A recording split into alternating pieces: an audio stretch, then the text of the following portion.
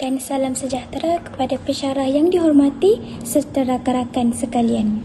Saya Rafiatul Bazila binti Muhammad Fauzi dari kelas BM3 PIPA SMP ambilan 2530. Hari ini saya ingin membawa anda menyelami pemikiran dan perjuangan seorang tokoh yang sangat penting dalam sejarah bahasa Melayu, iaitu Abdullah bin Abdul Qadir Munshi.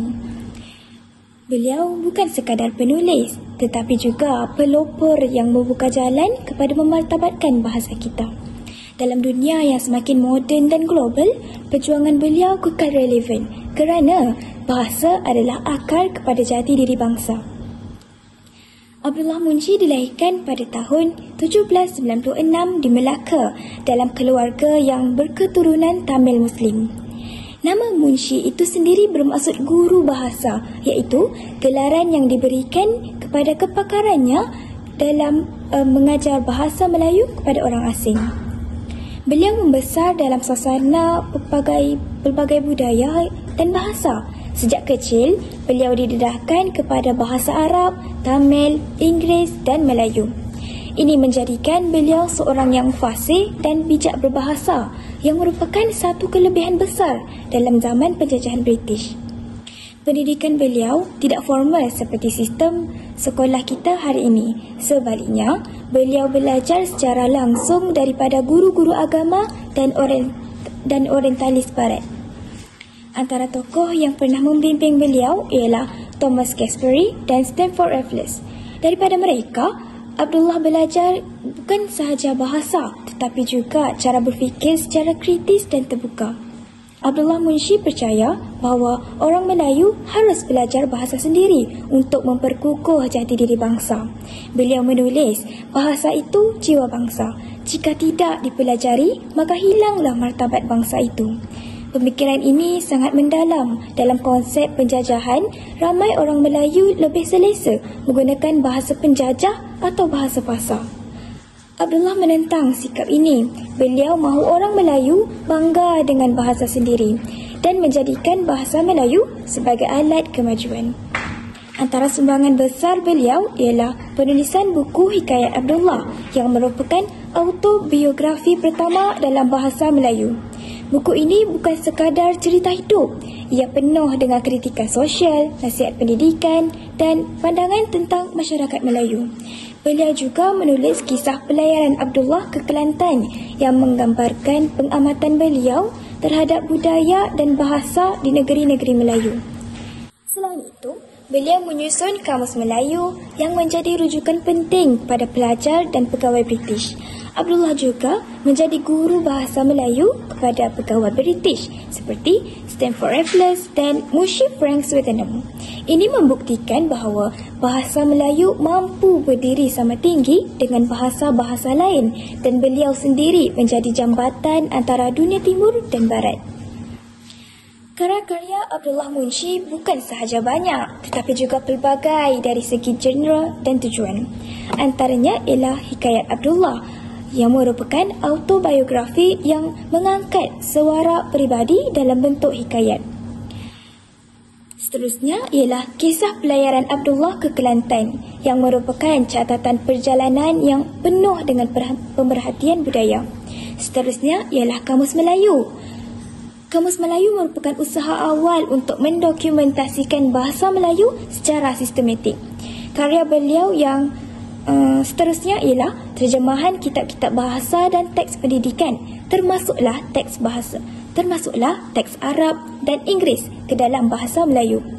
Karya-karya ini menunjukkan bahawa Abdullah bukan sekadar penulis, tetapi juga pendidik, penterjemah dan reformis bahasa.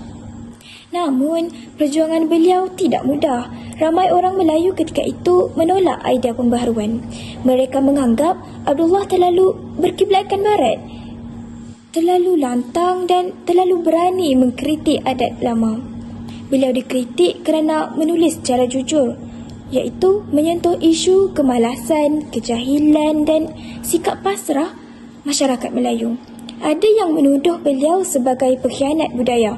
Ada juga yang mempersoalkan keikhlasan beliau kerana bekerjasama dengan penjajah. Tetapi Abdullah tidak gentar. Beliau terus menulis, mengajar, malah menyebarkan semangat cinta akan bahasa Melayu. Beliau percaya bahawa perubahan hanya berlaku apabila kita berani melihat kelemahan sendiri dan memperbaikinya.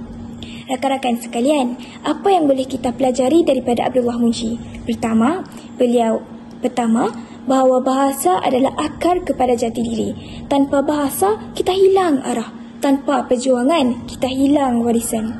Kedua, bahawa keberanian untuk menulis dan bersuara adalah kunci kepada perubahan. Abdullah tidak menulis untuk pujian, beliau menulis untuk membangkitkan kesedaran. Ketiga, bahawa pendidikan dan bahasa harus berjalan seiring. Abdullah menunjukkan bahawa bahasa Melayu boleh menjadi bahasa ilmu, bahasa pentadbiran dan bahasa antarabangsa jika kita sendiri yakin dan berusaha.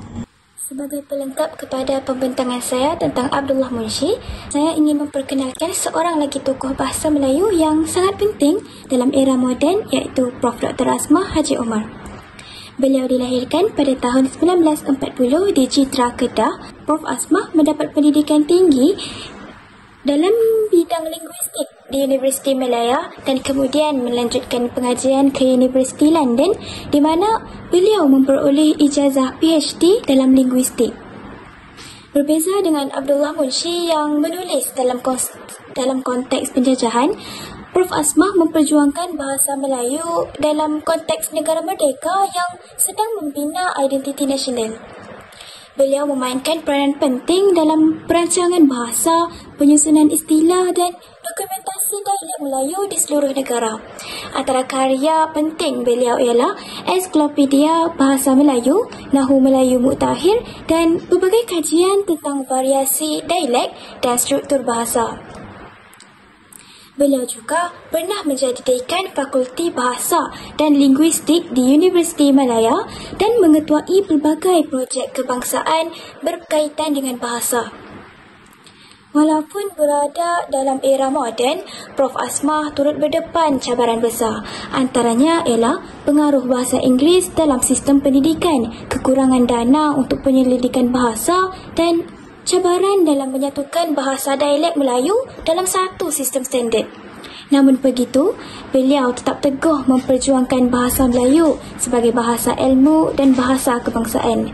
Beliau percaya bahawa bahasa Melayu boleh berkembang dalam semua bidang, termasuklah sains, teknologi dan undang-undang jika diberi peluang dan sokongan.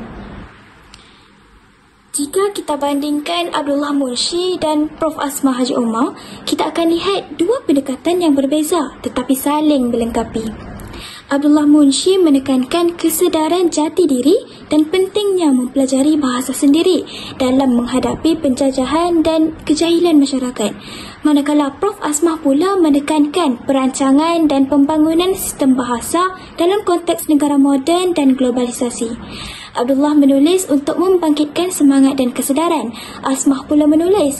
Asmah pula menulis untuk membina struktur dan sistem bahasa yang mantap. Kedua-duanya percaya bahawa bahasa Melayu adalah lambang maruah bahasa. Kedua-duanya juga menunjukkan bahawa